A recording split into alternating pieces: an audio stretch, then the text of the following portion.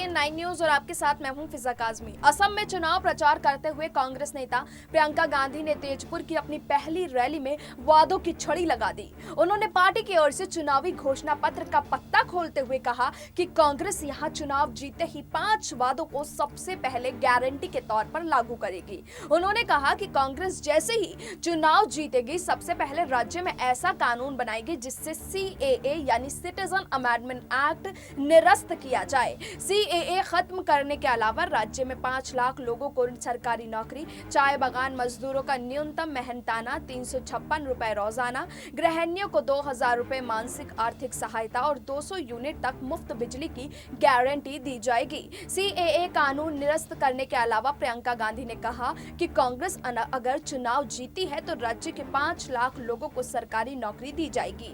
इसके अलावा राज्य में चाय बागानों के मजदूरों को भी न्यूनतम समर्थन मूल्य दिया जाएगा। उन्होंने तेजपुर की रैली को संबोधित करते हुए कहा कि राज्य में प्रत्येक परिवारों को 200 यूनिट तक बिजली मुफ्त दी जाएगी। प्रियंका गांधी ने रैली में कहा कि राज्य की गृहिणियों को प्रत्येक महीने 2000 रुपए आर्थिक सहायता दी जाएगी ताकि वो अपना घर चला सके। प्रियंका गांधी ने बीजेपी पर आक्रामक प्रहार करते हुए कहा कि बीजेपी ने असम के अस्तित्व पर हमला किया है, असम के साथ उसने मजाक किया है। प्रियंका ने कहा कि चुनाव से पहले बीजेपी कहती थी कि असम में CAA लागू नहीं किया जाएगा, लेकिन चुनाव के बाद इसे लागू कर दिया गया। प्रियंका ने कहा कि बीजेपी पूरे देश में CAA की बात करती है, लेकिन असम में इस पर बात करने की उसकी हिम्मत नहीं है।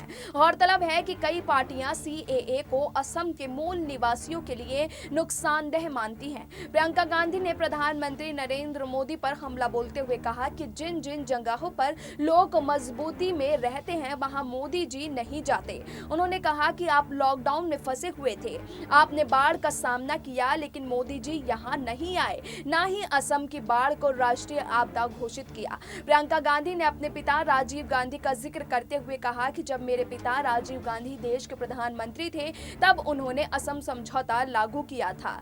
इस समझौते का मुख्य उद्देश्य असम की संस्कृति की रक्षा करना था।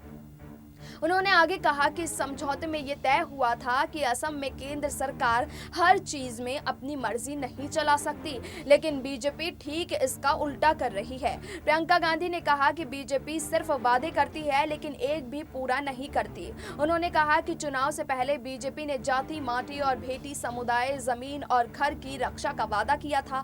उन्होंने कहा कि बीजेपी असम समझौते की धारा 6 को लागू करने की बात कही थी, लेकिन चुनाव जीतते ही इसको भूल गई और CAA लागू कर दिया।